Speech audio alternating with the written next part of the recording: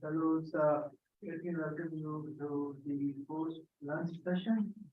And to that, we have actually four speakers, two online and two in person, very distinguished fellows.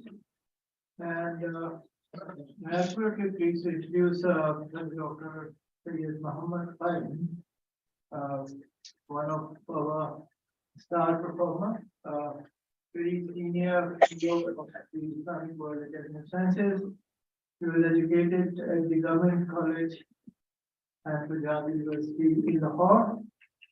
He did his PhD at Liverpool University, Doctor of Science at Birmingham University, England. And then he moved to Germany, where he has actually achieved lots of academic leadership as well as lawyers.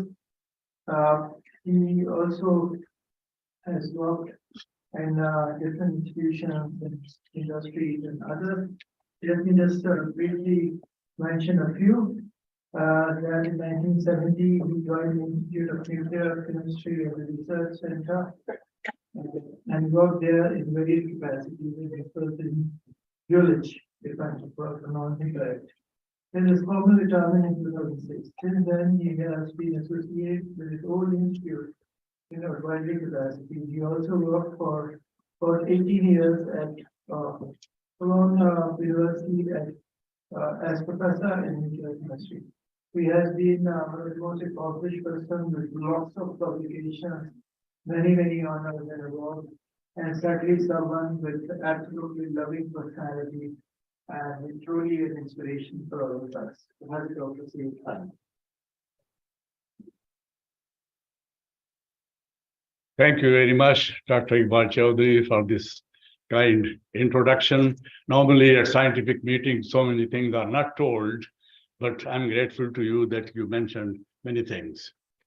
Well, ladies and gentlemen, first I would like to thank the Islamic Academy of Sciences for inviting me to this keynote lecture at this meeting. I originate from Pakistan, so it's always a pleasure for me to come back here. I'm settled in Germany for the last 50 years. I'm a German national, but my heart is still with Pakistan. My love is in Germany. My wife is German, but my heart is here, yes, yeah. So anyway, it's a pleasure.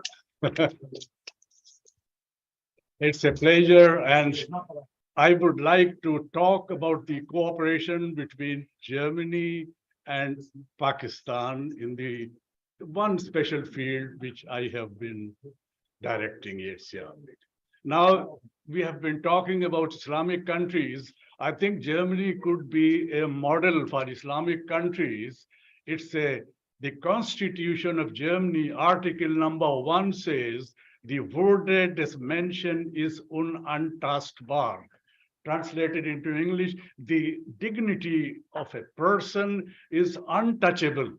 It doesn't say the dignity of a German, or the dignity of a woman, or the dignity of a man, or dignity of a foreigner. It says the dignity of a person, which means the foreigners have the same respect as the Germans are. This is article number 1. And they try to behave. There are some weaknesses. There are always some lapses. But at least one tries on the basis of this constitution to do this. I'm telling this because there was some discussion here. There are 5 million Muslims in Germany, 5 million Muslims. And I'm lucky, the one few members of the Islamic Academy of Sciences who are from non-Islamic countries. There are maybe some from USA and Australia. I am from Germany. So these few words of praise I say in Germany because I'm very happy there. And the Muslims have all freedom. There are thousands of mosques.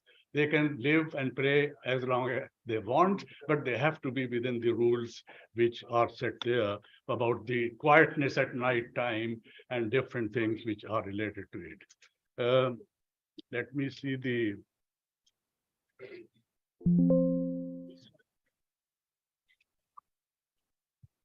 Okay, so the outline of my talk is I shall first talk a few general things about the cooperation, especially brief overview of cooperations. Then I will go over to some medical radionuclides. It will be a bit hardcore science talk, and then some institutions where this collaboration is between Government College, University Lahore, and the Forschungszentrum Jülich. This is my center. Then I will go over more detail between Government College University and my center. And then in the end, I shall tell a few, maybe some a bit modern applications of radionuclides which are going on, and then come to the conclusions. So let me start with the general cooperation. Germany has always the will to help those who want to be helped. There is a genuine desire from German part to help, but you have to help yourself. And I think I have been an independent observer there for 50 years. I can tell. I can divide the cooperation into three parts: general cooperation. First, among the peaceful uses of atomic energy. You see, atomic energy has three aspects. Some the war-related things, Germany has absolutely nothing to do with it. Second is energy. Germany has been leading in energy, but now it is shifting out from the nuclear energy. And the third one is the application of radionuclides. And we are proud we are one of the leading countries in the application, medical applications, especially in this field. And the cooperation between Pakistan is very old. It started in 60s. I have mentioned here Dr. Bhatt. He is here, my old friend for 60 years. He was the first postdoctoral person to go there in the bilateral agreement. And Dr. Ishfaq Ahmed, chairman, became later many times in Germany, and they were cooperating in the peaceful applications of atomic energy, especially neutron scattering experiments, analytical methods, and radionuclides in medicine. So this cooperation went on for a very long time. The second one, a legendary contribution, is with this institute. So I'm very happy to mention it was started by Dr. Salimuzzaman Siddiqui. He was the first person who started cooperation in chemistry with Germany. Later on, as Professor Ataur Rahman has also said, he brought it to the heights. Really, he nurtured this cooperation and brought it to the heights. And after him, Dr. Iqbal Chaudhry, he has been carrying it further for almost 20 years. So I think this is a legendary contribution where mostly structure analysis, chemical synthesis, biological effects of natural products. You see, there has to be some cooperation, some interest on both sides. You are doing natural products. Germans like natural things. Every little herb and every shrub and every berry is used there, and they call it tea. Making teas, Germans like very much the natural things. I call it Joshanda, but my wife calls it tea. So anyway, these teas are very much used. So Germans like research in natural products. It has to be interest on both sides. You are doing the things, and they like that these things should be done. Third type of cooperation has come in recent years in education. And here I would like to pay my compliment to Dr. Ataur Rahman. He has brought HEC to the very, very high standards which you enjoy today. I know many common people of Pakistani origin in Germany. Some are farmers, some are workers coming from some area in Punjab or Peshawar, and they all know, even the common man, oh, Ataur Rahman sahab ne kam kita si, kisi ne nahi kita. What Dr. Ataur Rahman, they say, these more or less illiterate people, what Dr. Ataur Rahman has done for the science and for the education in Pakistan, nobody has done. So this is my personal feeling. I think we should all be thankful to him. Yeah. That he had influence with President Musharraf, I sometimes say, if the dictators get sometimes some good advisor, they can also do good things. Well, I'm German, I can say this, you cannot say this. Okay, so anyway, now we come here. So many things, what has happened, how's cooperation with Germany? Hundreds of scholars have gone to Germany for doing PhD with HEC scholarships. They've gone everywhere, and Germany has taken them. And then foreign faculty, some have come to on HEC. Then there is a new thing, George Forster Fellowship for Experienced Scientists, which the Alexander von Humboldt Foundation has started, and the other way around, so many Pakistanis are going there. But this is the general thing which I have in mind. But in addition, there are individual cooperations which can be started anytime if both sides agree and if the conditions agree to it. Let me come now to my own talk, the areas of work of radionuclides. One is doing production of radionuclides using reactors and accelerators. Then one is doing radio tracers. This is a bit more organic chemistry, physical, chemical, and pharmaceutical aspects are seen. And then radiation physics is done. And my talk is emphasizing more the radionuclide production. What is a tracer? Tracer is a radionuclide with a definite chemical composition and very small amount. People are talking of nanotechnology. We talk of pico and less technology, not 10 to the power minus 9 grams. We are talking of 10 to the minus 12 grams or even less. Almost every single atom can be detected because radioactivity is such a detectable thing. The chemistry of element 118 and 117 is based simply on the detector of a few atoms. So it is the more or less at atomic level. So it's a very specialized chemistry, but very powerful chemistry to show even the new elements. In radio tracers, what is the advantage? You can have dynamic studies. You give a tracer to the body and you can measure how it is going on. You can measure the physiology, not only the morphology, but the physiology, the real working, where it is going and what it is doing. This is the big advantage of radioactivity. And second thing is, it's quantitative we can make.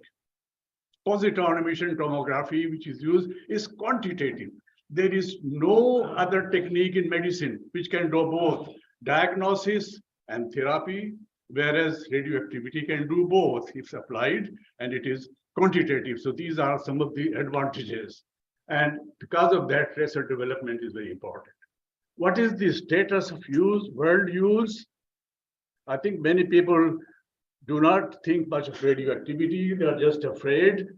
The recent statistics, so about 60 million patients per year are treated with radioactive material, either with single photon emission computed tomography, which is SPECT, or with positron emission tomography, which is positron annihilation detection, or therapy is done through the targeted radiotherapy. PET is a very fast expanding facility. PET is not animal PET, but it's positron emission tomography. It's very fast, and presently there is a big upheaval, about 1,000 cyclotrons. Cyclotrons are small machines for accelerating charged particles and producing short-lived radionuclides. About 1,000, the IAS statistics says, they are set up everywhere in the world, even in Burma and in Ghana and many African countries. So they are there, but so far they were limited only to advanced countries like Germany, Japan, and in Korea, a few, and USA. But now it is coming everywhere. So it is becoming part of our real medical life to have the radionuclides. You see now, I will talk a bit about some standard radionuclides and some non-standard. Standard ones are which are routinely produced in patient care, but one needs also radionuclides which are for future use, and they are called non-standard. They are still developing. And here the developing ones are positron emitters.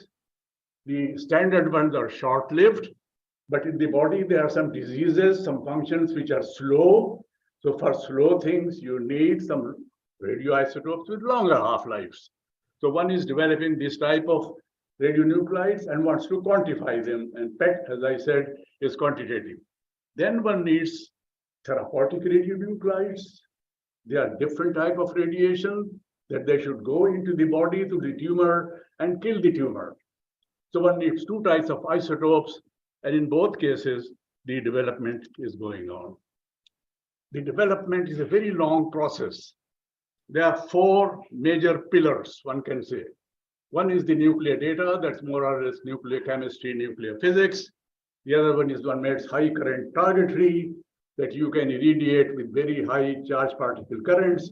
This is engineering. Then you can do chemical processing. This is all inorganic chemistry and a bit organic chemistry. And if you make pharmaceuticals, it's all organic chemistry and quality assurance. That is very important. The quality must be that it can be given to patients. The purity requirements are very stringent in case of the new radionuclides, and special, the new radionuclides are all metallic. Normally we understand pharmaceuticals, they are organic elements. But now the emphasis is going to metals, metals in medicine, and metals in medicine means new type of chemistry, organometallic chemistry. You cannot put metals into the body. You have to bring into proper chemical form that you can make use of it. I concentrate only on nuclear data because that's the cooperation which I have started 20 years ago with the Government College University. It's in the physics department. So I describe a bit now the two institutions. Government College University. It started as a college. It's the oldest institution in Pakistan, 1864. It is even older than Punjab University. We just celebrated 150 years ago in 2014, and this is one of the institutions. Great personalities were educated here, or they worked here. Our national poet, philosopher, Dr. Muhammad Iqbal, he studied here. Unfortunately, Iqbal Chaudhry not. So Dr. Muhammad Iqbal, he studied in Abdul Salam, Professor Abdul Salam. He got Nobel Prize in Physics. He was teacher for many years there. Har Gobind Khurana, an Indian, he did his master's there, then came the partition, he went to India, then he went to Cambridge, got Nobel Prize. So anyway, for the college, it is important, whosoever it was, whether it was a present Pakistani or former Indian, the Nobel Prize winners, they came from this college. Many leading scientists and officials, many officials in the government, they are educated here. Good tradition in natural sciences and humanities. And you can imagine, in 1950s, there was a Cockcroft-Walton type accelerator, maybe the only one in Asia at that time. Professor Rafi Chaudhry was the person, very famous. We had worked with Rutherford and Dr. Butt.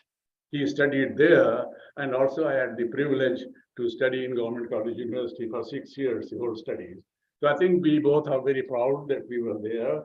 We are called ourselves Ravians because of the river Ravi. So these Ravians are everywhere now. The college was raised to the status in 2002. It was at that time college, and some foreign faculty members were appointed through the HEC, and the college rector asked me to come and give lectures. We knew him, Dr. Butt and I, so I started giving lectures, and 1 year later, they made me honorary professor of physics, so which I am still holding, and so as far as they say, I'm the only honorary professor in that university still. They have not appointed anybody. So I feel it an honor, and I have tried to give all my efforts in the 20 years to develop this group. About Forschungszentrum Jülich, where I work, it's a member of the Helmholtz Gesellschaft, Gemeinschaft, is the largest center in Germany, with about more than 7,200 employees, about 900 guest scientists from 65 countries are working there. So we have guest.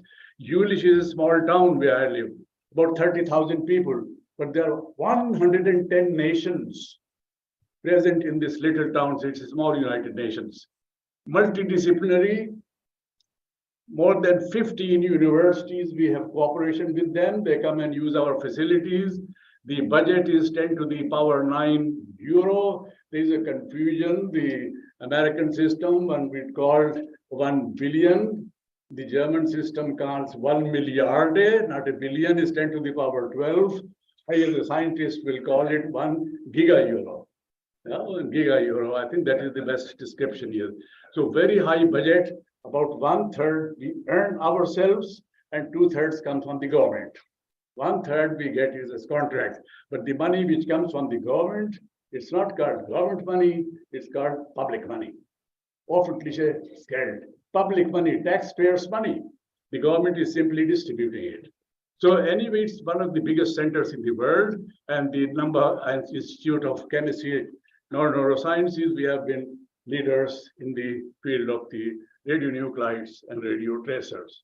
So keeping this in mind now, the cooperation started, and what we have done, I started giving lectures every 2 years or so, going and spending about 4 weeks, 6 weeks. So courses have been started, and Khalid Aftab was the vice chancellor, then Hassan Shah, Dr. Professor Rafiq, Professor Raz Ahmed, and later on, Mr. Mazhar Hussain. Advanced condensed lecture courses were held on applied radioactivity, nuclear data for science, radio tracers, interdisciplinary utilization of accelerators. Hundreds of students attended from some other universities in Lahore, from Punjab University also, and some other universities. 3 courses have been built in medical physics at the BSc level, applied nuclear physics and nuclear data at the MPhil level, and nuclear data for science and technology at the PhD level. So this was teaching. How about research? The research was on radionuclides. Since there are no laboratories, so it was all, I had to choose something theoretical, and we chose the evaluation and standardization of data. We see the interest has to be on both sides. The Germans like to standardize the things. They say it should be properly checked and controlled and recommended through some quality control. And in government college university, there was a background of theory. So I think the interest were on both sides. And the emphasis came on non-standard positron emitters, for example, copper-64 and yttrium-86, and some therapeutic radionuclides. And what was the scope? To do nuclear model calculations, use statistical fitting of the data, and give recommended values. Nuclear model calculations is all high-class theoretical physics, but these days the models, the codes are available. Statistical model is one, pre-compound model is the other, a combination of the other one. I will not go into details, but these are some of the codes, Empire and Thales. And these codes, 4 different codes, Stupre, Alice, Empire, and Thales, they're all available at the Government College University. They can do it. They are commonly available at the IAEA, but somebody has to recommend. And I had the honor and I had the power also to recommend. I was chairman of the International Nuclear Data Committee, so they have got all these codes. Let us see what does one do. Using this, you try to standardize the data, so you have to fit with the theory and try to find out a function. Try to find out a function, how the cross-section, theoretical cross-section, evaluated cross-section depends on the experimental cross-section and model calculation, and then you build up a ratio, and from the ratio you find this function, and then you do the evaluation process. And I demonstrate this through 2 reactions. Copper-64 is a very important radionuclide positron emitter used in positron emission tomography through the PN reaction. And this is a comparison ratio of theory to experiment to see how it changes. And this allows us to throw off some of the data points. Sometimes maybe 20 people have measured which data are good, which are not good. Sometimes it's done empirically, but through the theory, you can choose the data. These are good, and the others are more than 3 sigmas outside, so you can discard them. So this way, copper-64 was evaluated. The first author was Aslam. So we did this. This was the starting paper. Now comes the same thing, this copper-64, and based on these data, the production was started. There was also a talk of real putting the knowledge into practice. And we in ULISH, we have both. We have fundamental work as was applied. We developed the target, we developed the chemistry, we published it, we got patented partly, and the industry has taken over. So everybody is producing now copper 64 through the method which we proposed in 1993, and now it is being done and used in almost all parts of the world. Next example is yttrium-86. This is a three-valence molecule, three-valence atom. This is also a positron emitter. It was also measured in 1993 approximately, but one evaluation done at the Government College University, Halima Zainab and some others did this, and they find that the data are in bad shape. So after doing this, it was recommended there should be a new measurement. Theory will not only help. And the new measurement was done in an international collaboration. Now you see if there is something discrepant. So international collaboration was between ULISH, the Livermore, the Berkeley National Lab, the Debrecen University in Hungary, in Dhaka, there is a group, and the Government College University, you see all measuring this. Dr. Uddin from Bangladesh was Humboldt Fellow in ULISH, so we did, and you see the exact data are shown here. How many minutes? Okay, so just I finished 2 or 3 minutes. So this shows that there is the need of extra data, which has been done.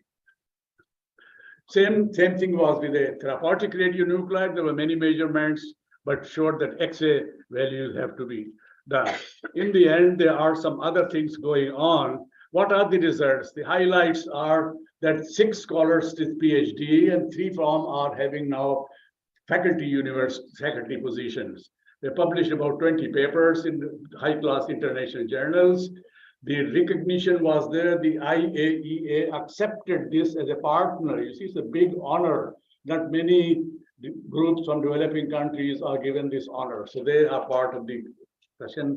And Mazhar Hussain has got the Alexander von Humboldt Fellowship. He is with me now. So I think, again, a big honor to have this. And then the links have been established between different groups, between different hospitals around Lahore, because they are the users of the data, medical centers, as well as some other centers usually. And a positive effect for me was they gave me a Medal of Honor. This was created, this honor, and this was given to me a few years ago. The picture, this is Mazhar Hussain, this is Dr. Bhatt, my friend, this is Dr. Chowdhury, my friend, all 60 years. He was in the IAEA, Professor Hassan Shah, the Vice Chancellor. I'm getting here, my wife, Dr. the Dean, and Dr. Murtaza Abdul Salam, chairholder, and they kept the German tradition. In Germany, if the husband gets the honor, the wife gets flowers. So they followed this, they gave me the honor, and my wife, she's having the flowers. I come just 1 minute, Dr. Bachowdi, to the end.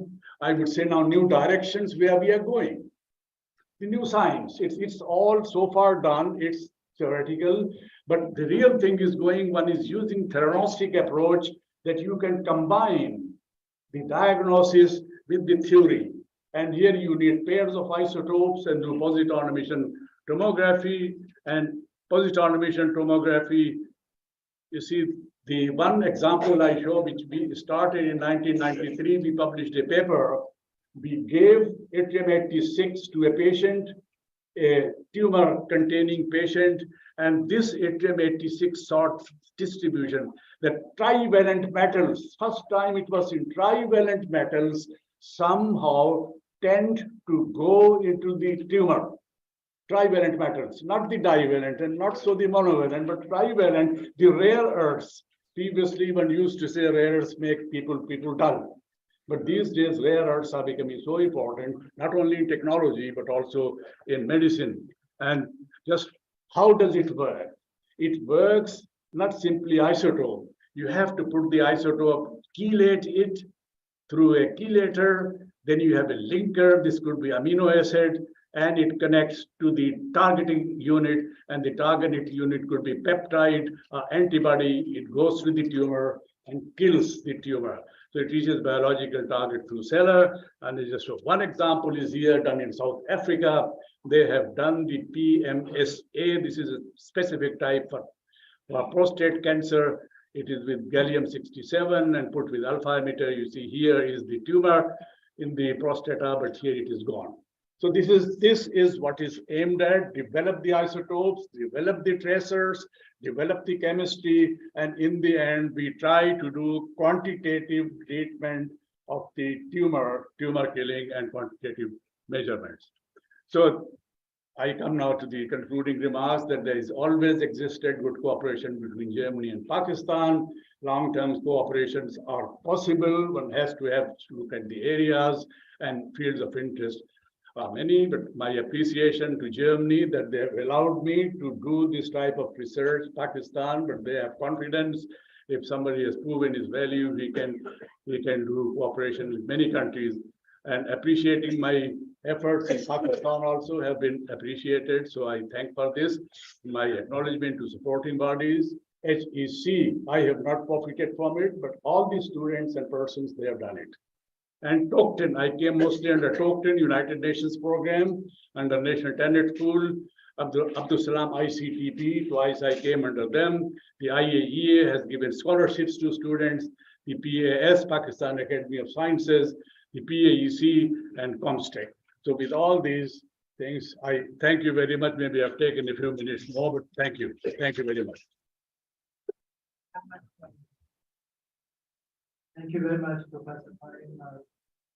Thank you for recognizing institutions, helping your feedback, and your constant judges and your constant engagement. Thank you very much, sir. Okay. I would like to give you one copy of this Diamond Jubilee issue of the journal Radio Shimika Akhtar, and the editor-in-chief for the last 25 years. And there are articles from Pakistan, from Egypt, and from Bangladesh. These three groups which I have developed are represented here. It's for your library later on. There it is.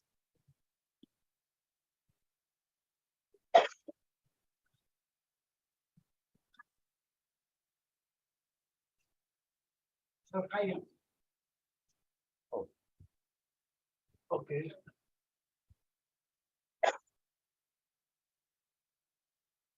Take my stick.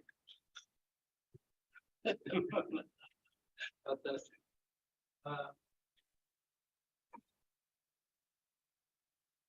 Professor Chowdhury. Yes, sir.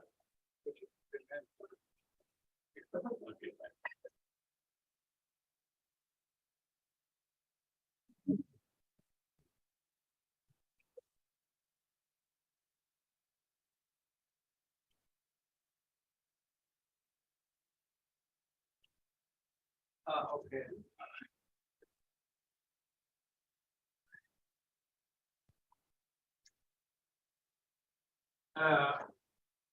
Our next keynote speaker is Professor Ahmad Azad. And Ahmad Azad is a founding fellow of the Islamic World Academy of Science. It's really a good friend of the Academy, has been with us all the time, attending all conferences. After finishing his undergraduate work in Dhaka, in Bangladesh, he went for graduate studies to work with at the University of Toronto in Canada in molecular biology. But his work mostly in Australia with CISRO, the famous research organization of Australia. He's been their chief scientist in biomolecular engineering, and in Melbourne, Australia, the capital. The headquarters of CISRO is located. I visited CISRO many times. It's a huge research organization, very similar to the CNR in Italy, and also to other organizations in Canada, CEDA in Canada also. Well, we welcome you to give us the lecture on building affordable biotech medicine for the Islamic world, opportunities and requirements. Please, Professor Azad. Thank you very much for the kind introduction. First of all, I'd like to thank Professor Iqbal Chaudhry and his colleagues at the ICCBS for their wonderful hospitality and very generous hospitality, which is as usual. I've always found it when I've come here. So I'm glad to be back.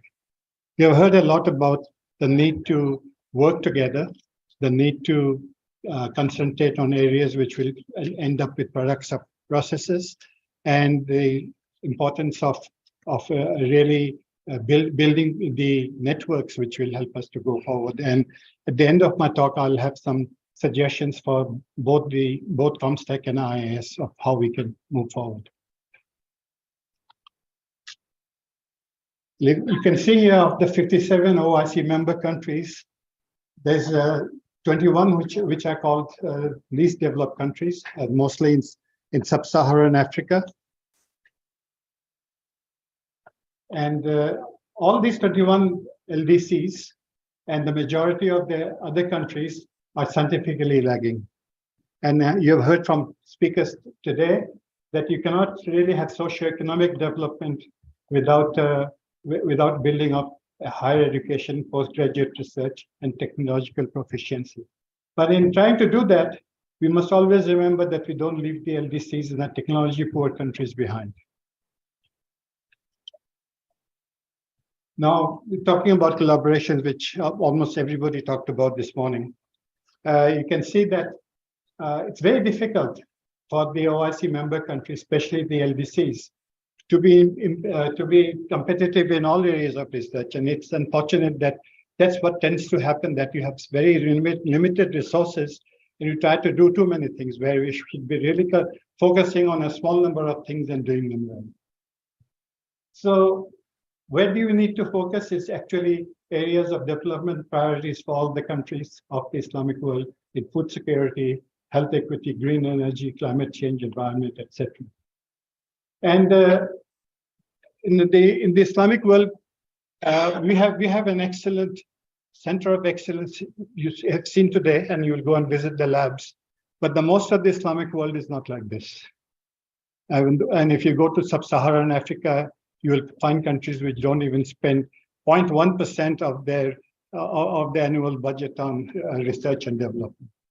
So, but in spite of that, there are areas of excellence in different parts of the Islamic world, and it's very important for us to bring them together, to work on problems which affect most of the Islamic countries. And we can actually get this small group by working together, we can maximize the productivity in the end, because on their own, they don't get anywhere. So I'll be talking about discovery and development essential biotech medicines. And this takes all the things we have talked about today and what you really heard from the various speakers this morning. The two areas I'll be talking about are, one is the rational bioprospecting of the flora and fauna for discovery of novel drugs. And it's like carrying coal to Newcastle when I stand here and talk at this institute, but hopefully there's something new I can talk about. The other one I'll be talking about is the development of biosimilar medicines, which are copies of very, very expensive patented biologics. And everybody says Islamic world or the developing countries should not get involved, and I say that we should. And explain why I think it should happen. But let's talk about this first project on natural products.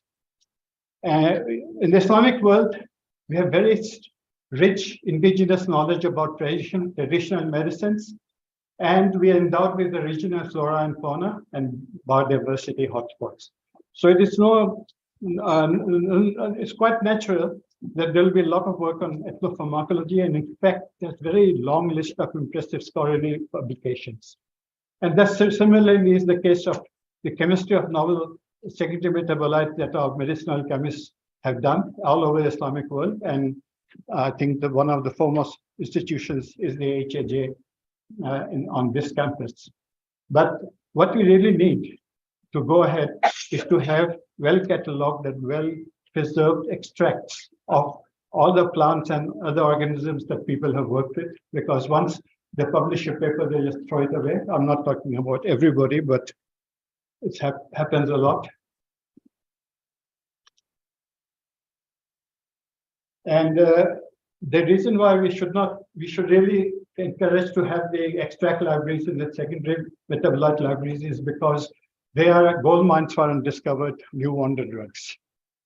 And the drug companies in the West have left small molecule drugs completely and moved into biotech drugs. And if we can go into this, we have a niche strength. So why is it that we have such extensive publications in these fields and not really too many medicines coming out? And the reasons are what you've heard this morning is that, why is it doing this to me? All right, there's very lack of multidisciplinary collaborations and hardly any involvement of molecular biosciences. And it's the fault of molecular bioscience people like me that we have joined our ethnopharmacologists and our medicinal chemists. And they haven't invited us much here, except this institute in Karachi. And we have paid very little attention to the generation and utilization of intellectual property because people think, where is the money coming from to support this? There isn't any. And also, we have heard before that these things have not succeeded because of the lack of interaction and partnership with modern drug companies. I'll just use this very old slide to show you something. In modern medicine, what happens is that you go for a molecular target identification and then its validation to look at its biological and physicochemical properties. And on the basis of this, they develop very, very specific bioassays.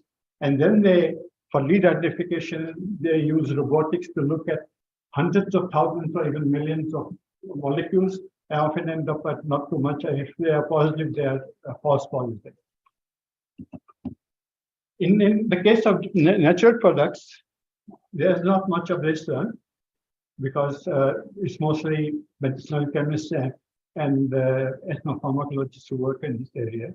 But what they have is really these libraries of secondary metabolites, which are very, very interesting structures, and they are supposed to have a lot of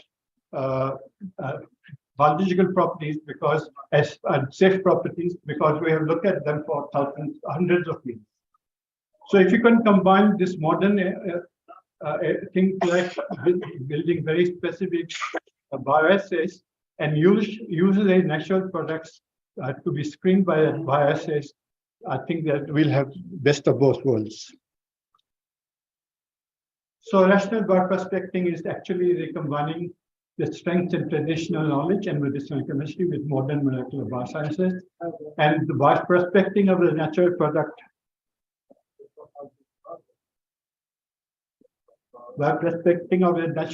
libraries with disease-specific molecular target-based bioassays are likely to lead to much higher levels of lead identification and getting candidate drugs which will have high specificity and very insignificant side effects.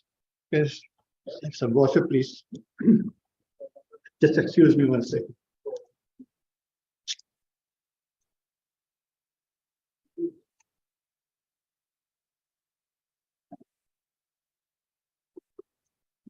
Sorry about that. And there's ample opportunity at every step of the research I've talked about to generate IP and technology transfer to industry partners for commercialization. And this research also affords very high potential for multidisciplinary and multi-institutional collaborations and the involvement of scientists from the least developed countries and for the scientifically lagging countries. And as I said before, there's a high market demand for these new molecules because most of the big pharma all over the world have shifted their attention to new biotech drugs because they are really wonder drugs. But and the biosimilars that our own pharmaceutical companies is to produce don't have any of the molecules coming through the novel channels. So there are none in the pipeline. So if we can make any of these small drugs, they will be in very high demand. So What I'm talking about is that in the discovery research, we need more people. We have to identify people who are working on the identification and validation of disease-specific molecular targets. And for that, we need a number of different technologies coming into play, like molecular and cell biology, genomics, proteomics, computational biology, and the use of animal and tissue models. And also we need to find out which labs are developing disease-specific molecular target-based bioassays from this knowledge. And I would like to say that the Panjwani Center here on this campus is very well equipped, or should be working on this area, because this is the really gold mine we are sitting on, because if we have a very specific bioassay like that, then using the natural product libraries and screening that with the things are going to work give us molecules which are likely to be very specific and are much more safer than the ones that are coming from the drug companies at the moment. So the last thing here would be the identification of the new lead compounds. And I think we need to see, and I'm sure that in the Islamic world, there are lots of scientists working on the molecular pathogenesis of different diseases, but they don't realize that they can help us by getting these technologies, and the rest of us don't think of approaching them. And the way to force this to happen is actually for centers like the Panjwani to actually go and target things for which we can build assays from the literature and from the patent literature. Development research is something that you're all familiar with. The only thing I'm talking about is that whereas they mostly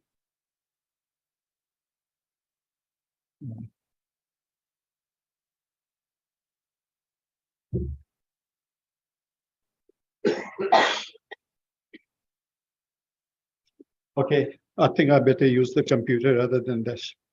The molecular target-based bioassays to use for the purification characterization, then you'll get the real molecules. The optimization of the compounds, which needs a number of different technologies like combinatorial and synthetic chemistry, structured biology, computational chemistry. These are not things that are easily available in the Islamic world. Some of them are available here on this center, but this center is not really the rest of the developing world. It's something very different. So we have to build all those technologies, and they are there in different parts, but we have to combine them. We have to somehow work together to be able to access things. And then the selection of the best candidate drugs through clinical animal studies and human clinical trials. It's quite involved. It needs quite a lot of money. And scientists really wonder where will they get the money if they really get to that level. And in terms of commercialization, our drug companies in the Islamic world, they're pretty good at it. But I think that the regulatory affairs, manufacturing, and under GMP conditions, marketing, we should have uniform guidelines, because they're completely different in different countries. And we need something which is more uniform, like they have it in Europe.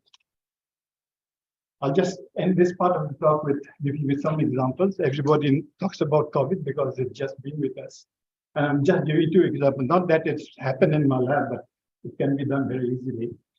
For example, we want to find, we know that the receptor binding domain of the COVID-19 virus attaches itself and gets into the cell by binding to a specific region of the human ACE2 enzyme. And if you can take a part of the ribosome binding site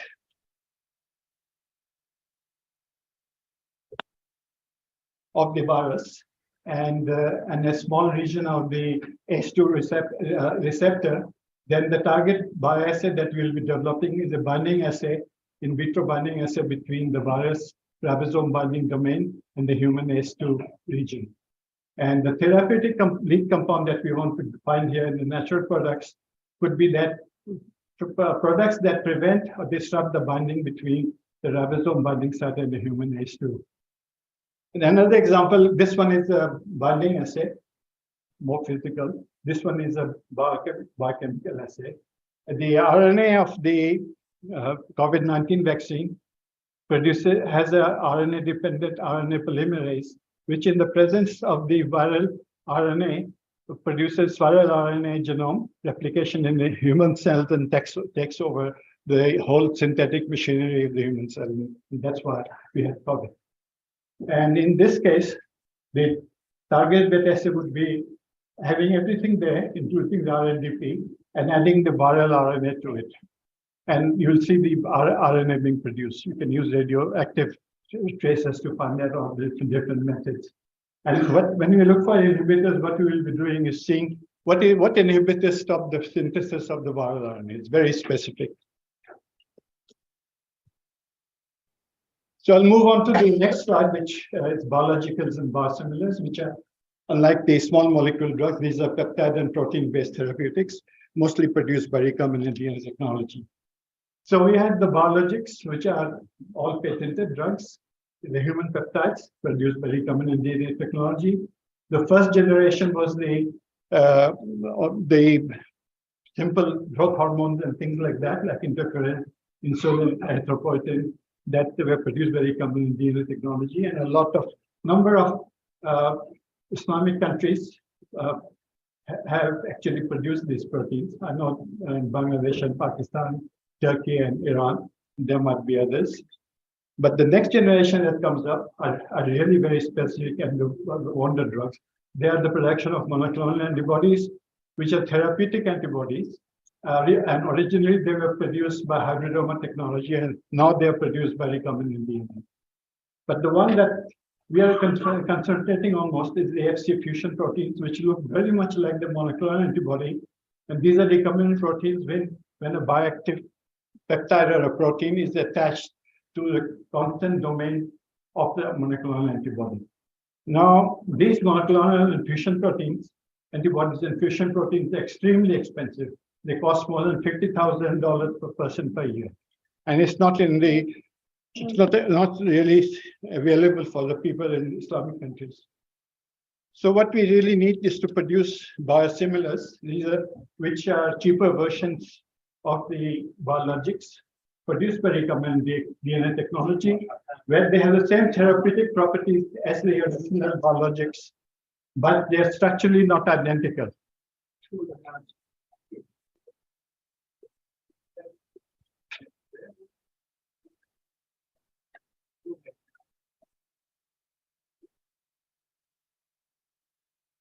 Okay. No, I'll stop here. I know which. Try do it. Yes. Thank you very much, Hazrat Azad.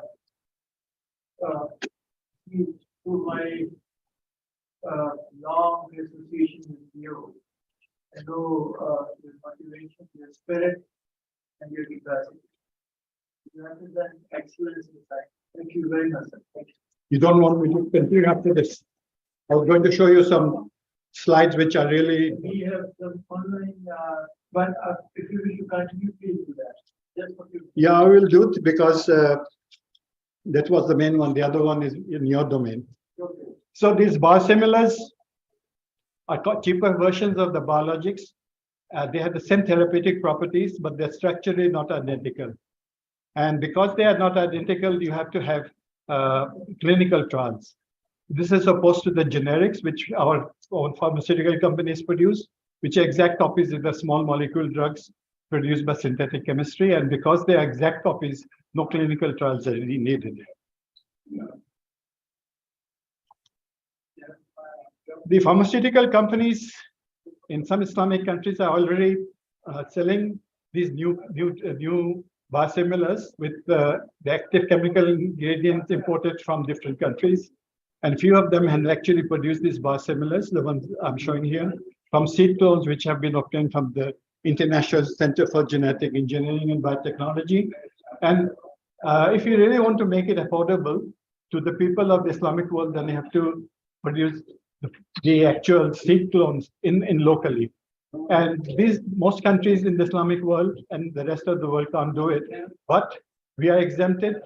The LDCs are exempted from producing it, from the patient restrictions. And so if we could produce them in a LDC, then we could make the molecules which will be very cheap for the rest of the Islamic world. And you just look at this figure, the global market for biosimilars in 2014 was 2.5 billion. It rose to over 20 billion in 2020, and it's supposed to exceed 69 billion in 2025. And it could go up to multi-trillions by the 2030s. And if the Islamic world could get even a portion of the total market, then we'll be doing really very well.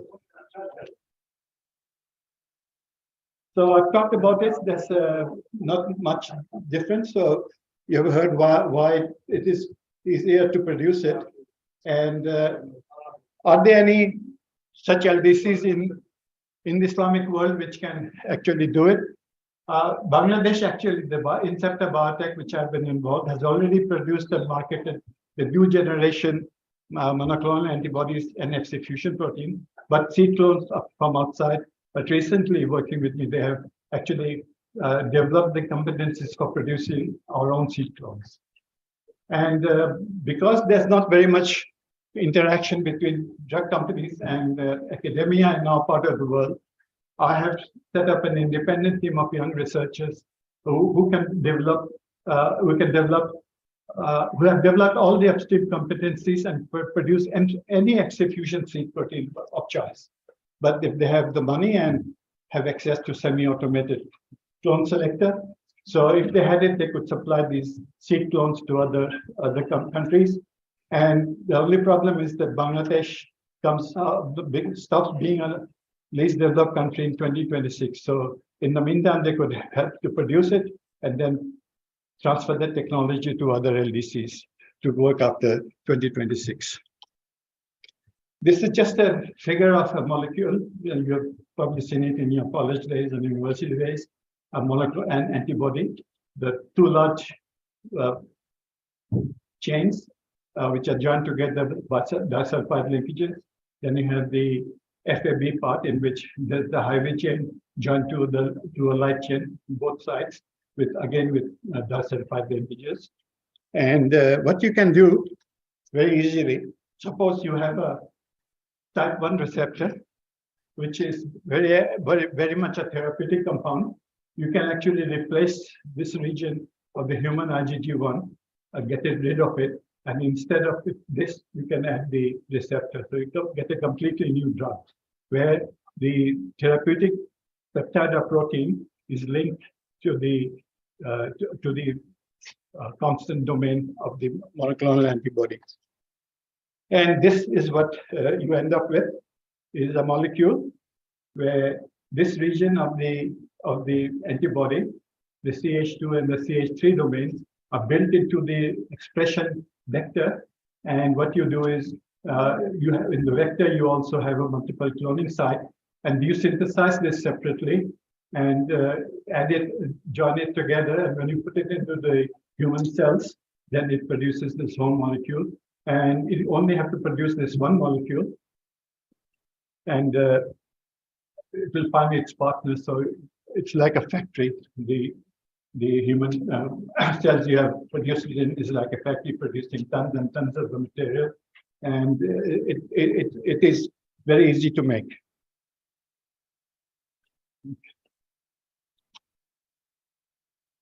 So I won't go into details how we do it. It's really very simple. You can see it can be done.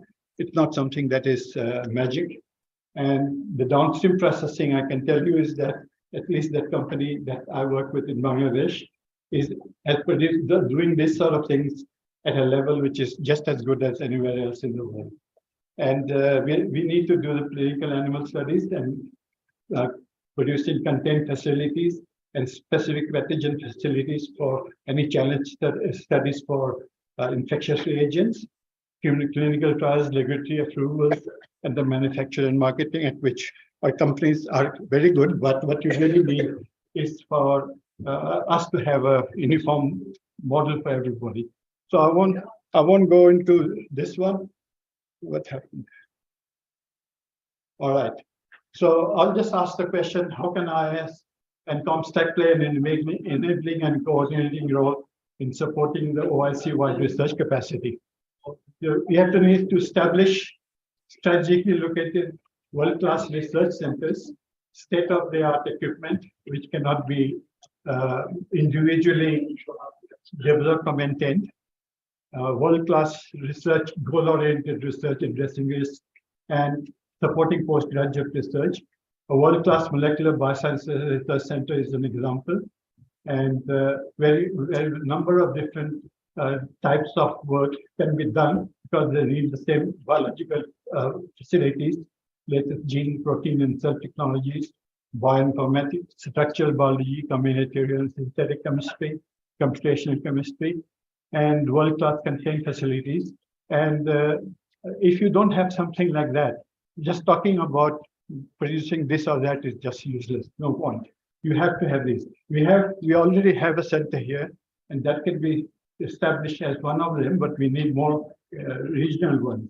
And finally, we need the technical transfer office as a one-stop advisory and support hub for all matters relating to intellectual property, regulatory affairs, and commercialization.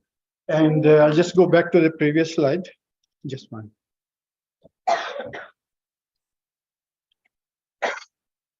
I think the thing is that if you talk about asking Islamic countries to work together, you have to make it possible. And the IAS and ComStack can provide the administrative policy and logistical support to support such initiatives. And to promote OIC-wide research capacity, they can work with the science academies in the Islamic world to convince our governments to increase funding for postgraduate research and national R&D to minimum levels, recommended by UNESCO, host visiting researchers, encourage academia industry partnerships. And see, this is a role that both IAS and ComStack can do together.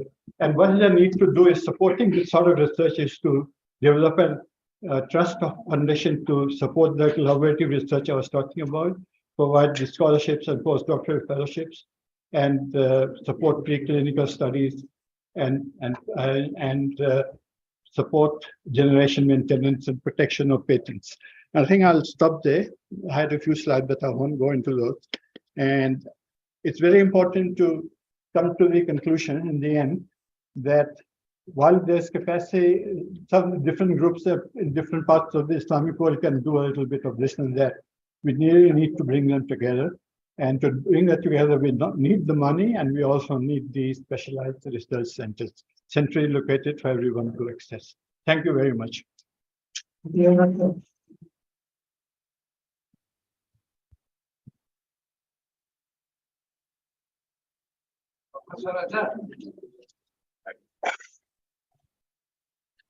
Very good lecture. Thank you very much indeed.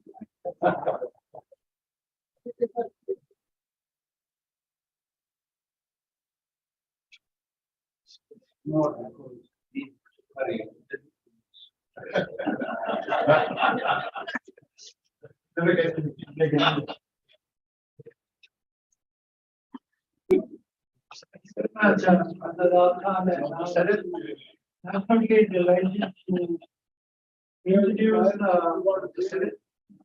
delegated Professor Dr. Gita. Professor Gita is the Distinguished University Professor and founding director of the Institute for Business Health and Development and Center of Excellence, which I have is also associated with funding in global child health. Co-director of six centers for global child health, a unique joint department. He also hosts the adjunct fellowship of several leading universities in the world. He is the corporation and institutions are globally recognized that is two of his awards and honors. He has received several awards over the years, including from IAS, by the President of Pakistan for his contribution towards education and research. The President of Pakistan Gold Medal contribution to child health in Pakistan, outstanding reaction, Asia Award for Asia Specific Pediatric Society. Is also the first recipient of Pakistan University Distinguished Faculty Award for Research, PhD Award of Distinction, and many more. Most importantly, Professor Buddha is the fifth fellow of the Royal Society of the country. And with this, I would like to invite Professor Buddha for his presentation entitled Status and Progress in Relation to Sustainable Development Goals in 2012. Professor Buddha is in Canada and he's speaking from there at about 5:15 and early in the morning. Thank you. Well, thank you very much for that generous introduction. And once again, apologies that I could not be with you in person. I'm actually arriving in Pakistan in 2 or 3 days' time, but I'm speaking to you from Washington, D.C., where I had to be here for a very large regional meeting. I wonder if you can see my screen. I have shared my screen, but I can't really see if it's visible Yes, or otherwise. we can see your screen and you can see yourself. Thank you. All right, thank you. So what I've been asked to do, colleagues, ladies and gentlemen, is to speak to you about the status and progress of health and health-related sustainable development goals in the Islamic world. What are the challenges and opportunities? And in order to do this, one really has to cast an eye back to look at what happened in the Millennium Development Goals. And for the very simple reason that unless we have a pretty clear understanding as to how we have done in the most recent and distant past, we would not be able to emulate and learn any lessons that the world, as well as the specifically Islamic countries, should have imbibed from that experience of global challenges during the Millennium Development Goals period. As you know, there were 8 MDGs, Millennium Development Goals, of which the most important ones were related to maternal and child health. And the big challenges that the world faced around the time when these goals were signed into a global compact was the big, huge disparity or inequity in issues of child survival. This is the graphic that we drew about 20 plus years ago when we looked at where were 10 million children dying every year under 5. And as you can see, the large majority of these deaths are clustered in sub-Saharan Africa and South Asia. Each one of these dots represents a cluster of 10,000 deaths. And South Asia appears as a red blob, largely because of population density. The comparable figures for maternal mortality in that time period also represented almost the same geographies, with around 500,000 maternal deaths that were the case in the year 2000.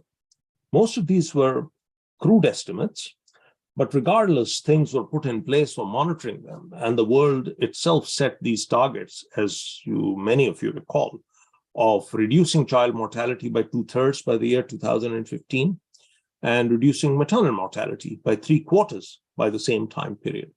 These were very ambitious targets, and they were targets that we had absolutely no hope of achieving at that time, unless there was global coordination and action.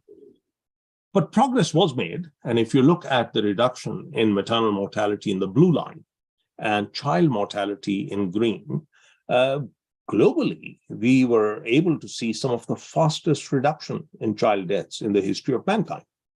We were able to reduce from about 10 million deaths to figures close to just under 6 million deaths by the year 2015, with pretty significant reduction on aggregate across the world. However, this progress wasn't equal, and there were many measures of unequal global contribution and effort in this regards, some of which can be gauged by differential mortality by regions. This one graphic looks at which are the countries of the world where the mortality reduction was maximum in children. And as you can see, the global average that you see in the previous slide was largely pulled by major countries like China and Latin America, Brazil, and some countries in the Middle East, including many in the Islamic world. We also recognize that although the reduction in child mortality had been significant, the reduction in newborn mortality, which is deaths of children in the first 4 weeks of life, was not comparable and at the same pace. And that's one of the reasons why we ended up with the MDG period still with a global burden of around 2.5 million newborn deaths every year, an unfinished target with many of these deaths occurring in the same geographies that you see the under 5 deaths clustered. So several lessons to be learned from this experience of the MDGs, one of which was also that the eye does not see what the mind does not know.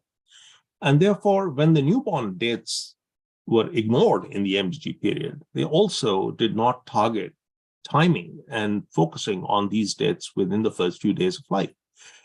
And if you take the first day of life, this is around where close to around 2.3 million global deaths, maternal, stillbirths, newborn deaths are clustered. And yet there was no target in the MDG period focusing on this early period. And as we go along, you will see why this period is so important in the context of measurement and what we need to be looking at within many of these countries. This period of birth, which is supposed to be the happiest period in the life of many families, also turns out to be one of the saddest because so much of deaths are clustered in this time period. There was also another indicator that was missed in the MDG period, and that related to stillbirths. These are babies who are born dead. And if you look at the regions that I'm talking about, largely South Asia and Sub-Saharan Africa, half of all stillbirths are in the process of childbirth. They're called intrapartum or fresh stillbirths. These are basically an extension of newborn deaths. These were babies who would have been alive just an hour or two before they were supposed to be born, and they died during the process of childbirth, largely because of lack of quality of care. And these were completely ignored in the MDG period. And in the words of a dear friend of mine, Professor Mahmoud Fatallah from Egypt, these stillbirths have been largely ignored in the global context. Why? Because dead babies don't cry. Nobody listens to them. And even today, as we speak about global maternal child mortality, stillbirths are still not being measured at country level or at regional level, or indeed at global level with any level of accuracy. But we knew enough about causes of these deaths for me to give you a sense that many of these deaths in newborn infants or children are related to causes in the mother. So if you look at major causes of maternal mortality, we in Pakistan are very aware of the importance of things like hemorrhage, hypertension, and infections, as accounting for almost half of all maternal deaths.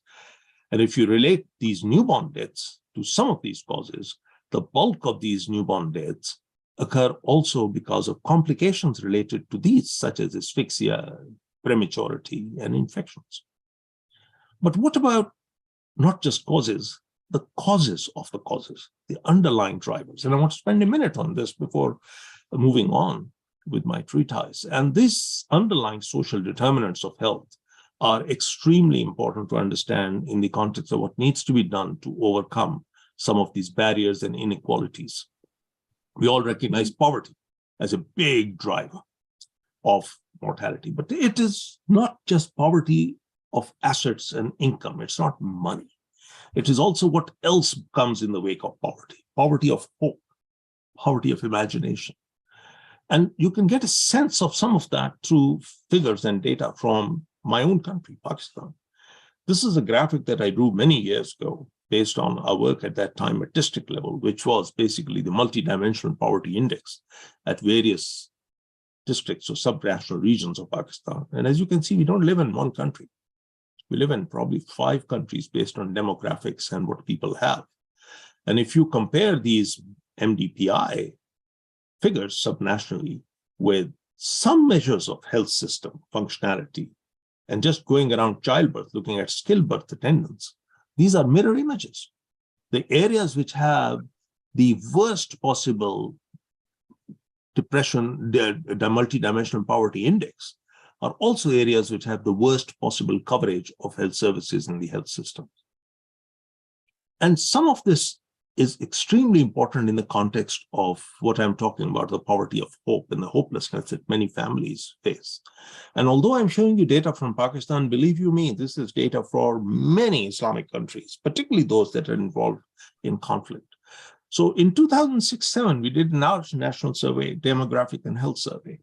And typically, these are the questions asked in the demographic and health survey. How many people had prepared themselves for pregnancy outcomes by taking vaccinations, delivering in facilities? And as you can see in the poorest sections of the population, roughly only about a third of the pregnancies were protected by tetanus immunization and less than 20% by delivering in facilities. Now, at my suggestion, the government added 2 questions to the survey at that time, very simple questions. And they were whether the husband and wife had even discussed where the baby should be born or made financial arrangements for that delivery. And as you can see in the poorest sections of the population, people close to around 2/3 had not even bothered to do this. Why? Because it was just not the norm. It was not just something that they had done or their families had done or their forefathers had done. The end result was that at the time when we did this, even though we had a look at the health system and it was fairly well, robust and represented, you looked at the quality of care for mothers and newborns in the basics level of the health system, village health units and rural health centers, people voted with their feet. They either tried to go up to the bigger cities, sometimes many hours away, or they stayed where they are. And the mortality clustering at the time when we started our work was around 50 to 60% dying in home settings or community settings, about a third making their way up the health system, and some dying while on the way. And that terrible distribution is also one of the reasons why so much needs to be done at community level for targeting. One final comment around drivers or determinants is malnutrition. And I'll give you again one example from Pakistan. If you look at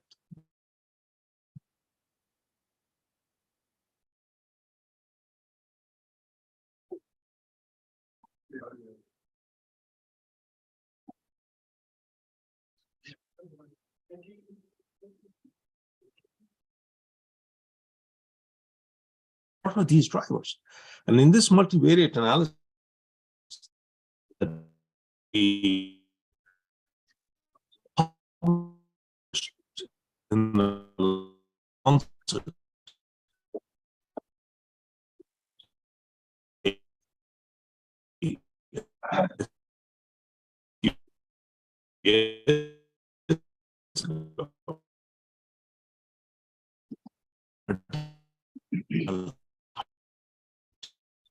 which means the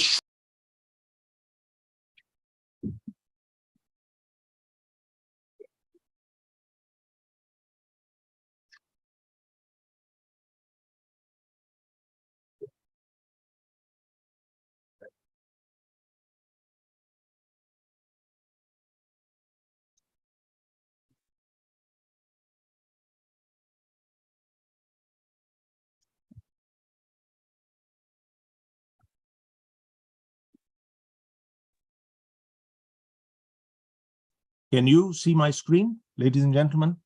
Mr. Chairman? We can see your screen, I think last 2-3 minutes, if you can repeat that, because there was disruption in internet connection. Oh, I'm sorry, I'm on a very high-speed connection here, so maybe it is just at the other end. Anyway, what I wanted to say was malnutrition in our population, particularly intergenerational malnutrition, is a very important driver.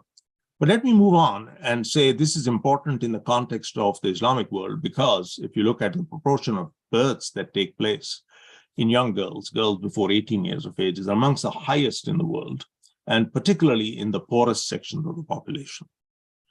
So I want to now turn to the meat of how did the Islamic world perform during the Millennium Development Goals period. And our focus is the OIC countries, the 56 members that represent close to around a quarter of the global population.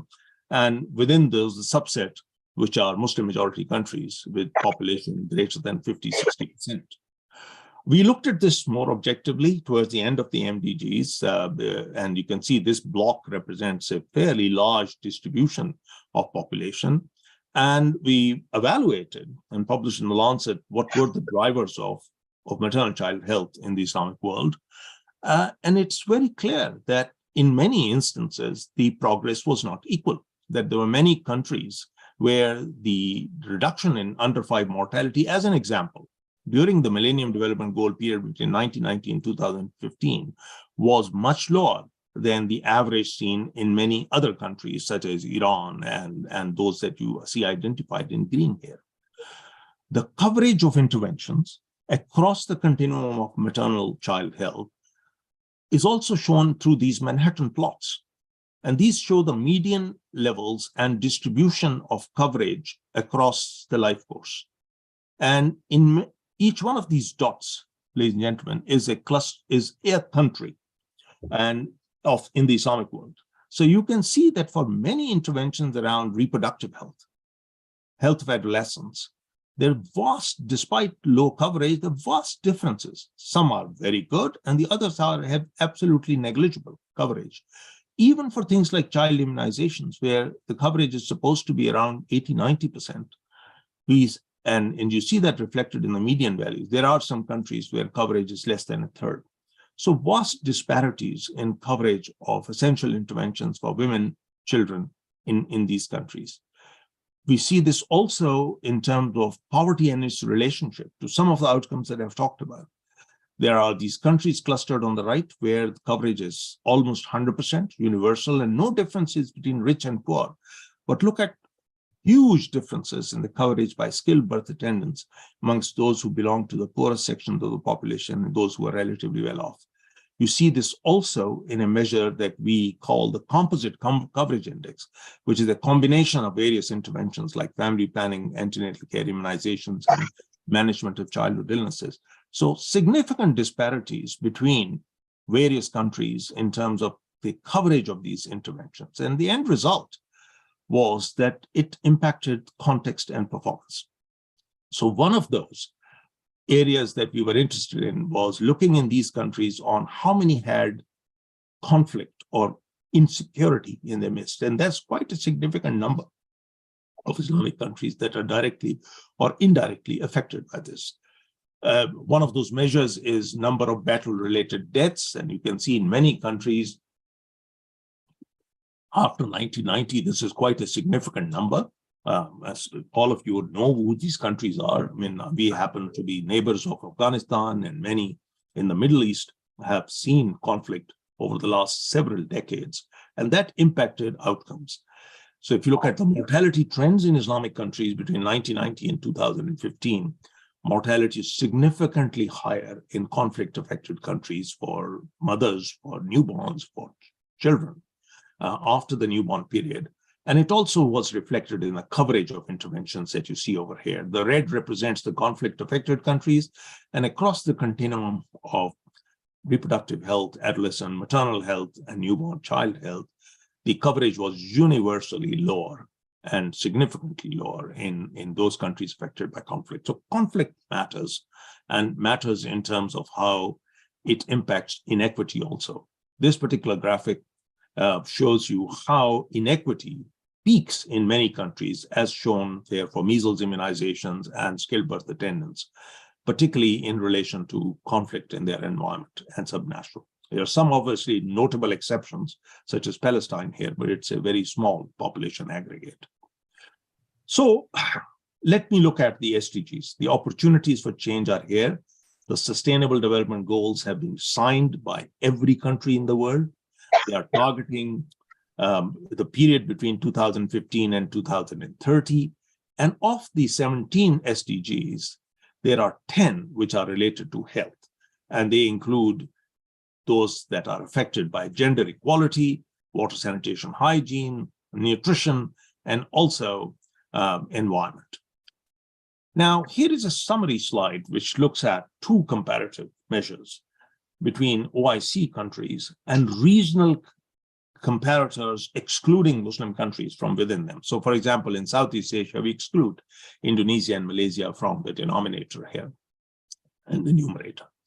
So, although the Human Development Index in OIC countries, compared to many of their regional comparators, is not that bad, it is much lower than Latin America. But look at the Sustainable Development Goals Index, which is a composite of overall performance on the 17 SDGs, giving equal weightage to 8. So if you look at our SDG performance as Islamic country bloc, we are significantly behind not only our regional neighbors, but also behind many other regions. And I've only taken Latin America here. If you take Africa, the African average, sub-Saharan average is lower, but we ought to aspire to comparing ourselves with more middle income and developed countries. And as you can see, the SDG performance is unequal because we have a bunch of these countries at the bottom, particularly these worst performing 10 countries, where progress has been not only slow, progress has actually regressed in many ways.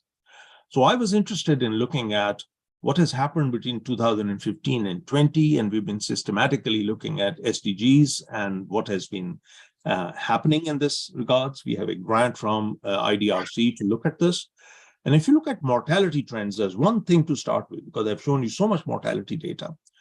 In these countdown countries overall, which include many Muslim countries, where 99% of the preventable mortality clusters, just look at maternal mortality.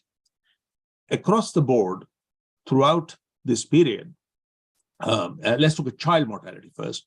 The Islamic countries have had significantly higher child mortality throughout the period of the MDGs. And in this last period, between 2015 to 20, there is a slight acceleration in child mortality reduction, 3.7% compared to 3.1% in the preceding period.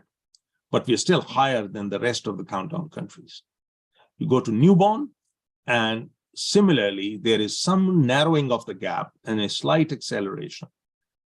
And you come to maternal mortality, we have some very happy news in that for the first time in many decades, that we are beginning to see acceleration in maternal mortality reduction. So this is good news in terms of how we are beginning to focus again, despite a lot of adversity, on focusing on mortality reduction. But mortality is just one measure. And if you look at coverage trends in many of our Muslim majority countries within OIC, we see the same disparity that we saw before. And therefore, a lot more needs to be done to overcome these differentials between poor countries and rich countries in achieving a reasonable level of coverage. I'm only going to show you a couple of slides of this. So if you look at contraceptive rates and skilled birth attendance rates, there's actually been, unfortunately, a regression since 2015. And I believe a lot of this is because of the effect of the recent conflicts in many geographies, large geographies, which has impacted coverage at population level. You see some evidence of that by flattening of the composite coverage index, which was going up quite reasonably between 2010 and 2015 and has seemed to plateau over this period of time. So a focus on this is absolutely needed. And you also see this numerically represented in the difference in coverage of essential interventions in the MDG period from the Islamic world as compared to the post-MDG period. And all the ones in red are where we have seen a reduction in coverage, partly because of, as I said, conflict, but also because of increasing poverty and a lack of attention to many of these essential community services in some countries. The good news, however, is when we put our mind to it, we can do well. And one of the things that we have been monitoring and targeting is how did Islamic countries do with respect to COVID-19 response in the last few years? And if you look at many measures of COVID response, one of those is mortality. The Islamic world did much better than the non-Islamic countries, both in the phase 1, phase 2, and the third phase of COVID, which is right up to February 2023. These are cases per million population, both cases and deaths, and we've done fairly well overall. And remember, these scales are different. So the cases are on this axis and the deaths are on this axis, lest you get confused. So, ladies and gentlemen, what is the way forward? How do we make sure that we are able to focus on the health and health-related sustainable development goals? And one way of doing that is through universal health coverage, which the World Health Organization tells us is ability of all people, irrespective of caste, color, creed, to obtain good quality health service when they need them without financial hardship. And the two components of UHC are access and financial protection. And I believe we have examples from both from these regions. Look at services and UHC, health insurance. We've experimented with that. We have evidence-based interventions that we at least know in theory work. We have task sharing in many of the Islamic countries with community outreach, health workers, and we have community engagement. So what really needs is implementation and adequate resources being targeted to doing this. Just as the preceding speaker was talking about investing in science and technology, investing in social services, social protection, and addressing social determinants of health at good quality is extremely important. So let me conclude by saying, how do we contribute to change? We can contribute it by saying that much of the answers to these problems actually lie within the Islamic worlds themselves. We don't need external assistance to do this. We can do this ourselves because we know the enemy, and the enemy lies within us in terms of what we need to do. There are three rights that we have to focus, and one has to recognize that affordable health services and equitable access is a fundamental human right. We have to do the right things in terms of evidence-based intervention, but also implement them the right way. So doing things right is extremely important through outreach services, reaching the poorest of the poor, addressing the challenge of climate change and health, ensuring that our populations are protected. We also need to do this by advocacy, which is essentially what I'm doing in your scientific conferences, advocating for resources to make these priorities for our next generation, a human development priority for the Islamic world.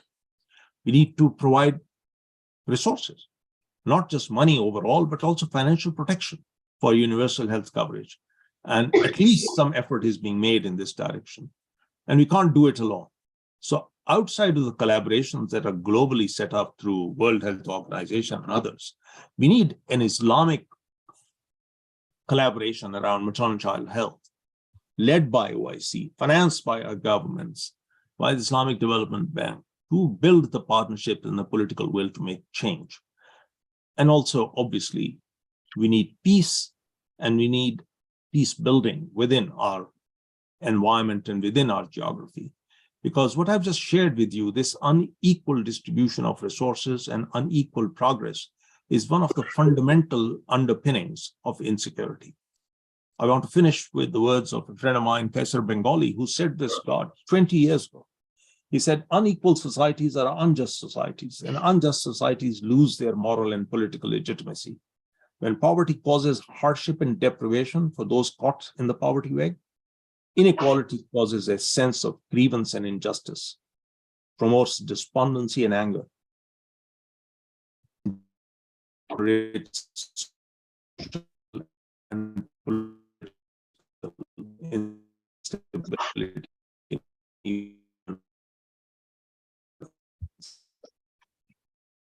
We have this country of power.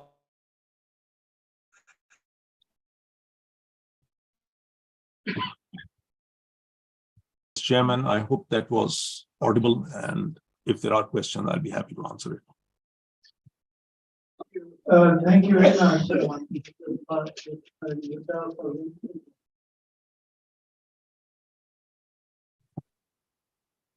Your presentation is really based on your lifelong experience and original work working in the area of child health, relating it to different factors.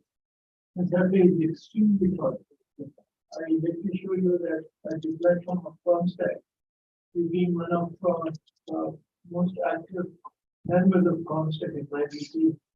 We would certainly like to benefit from your recommendations and like to continue to work with you towards that direction. We already have a program with our development bank called Africa Health Program. This little child health issue is very, very important. Thank you very much, sir. Thank you. Thank you. Thank you very much, Dr. Chaudhary. Anytime, and my very best wishes for your conference and for your deliberations. And inshallah, look forward to seeing you next week, if possible. Thank you. Okay, so Excellency, the mission of the chair, tell you that firstly, one of our online speakers wasn't not be able to connect. And if for the any genuine reason, he is not able to connect and will probably be scheduling his presentation tomorrow. But for today, I think we're done. I will have cup of tea in the reception area and then a visit to ICCBS laboratory. Thank you very much. Last word to Well, we come to the end of our session, and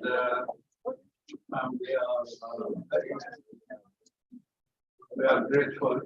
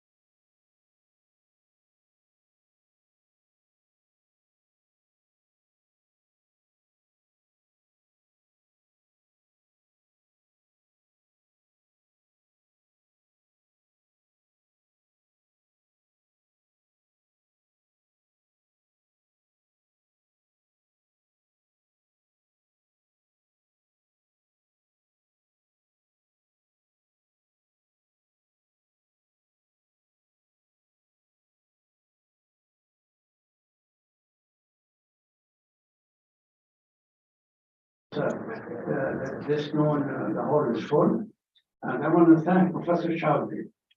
He has been a very good co-chairman because, he carried all the road, and I was sitting here listening to him and enjoying his introductory remarks. I want to thank you all. over to you. There are a couple of announcements. First, let me thank Excellency Professor Badran and Professor Chaudhary for chairing the session and all the audience, all the speakers. We have tea outside, and then we have an institutional visit. The participants who are interested to visit the ICCBS can gather outside the LEJ building, and they'll be taken to various labs. And then at 5:30, we have arranged a shopping visit for the IAS participants. Those who are interested, they can gather outside the guest house, and the vehicle will depart at 5:30 p.m. And then tomorrow, inshallah, we'll have the session. The session will resume tomorrow at 9 a.m. sharp at the Hall tomorrow morning. Thank you so much. There's a dinner in the evening. There's a dinner also, of course. Thank you. Thank you.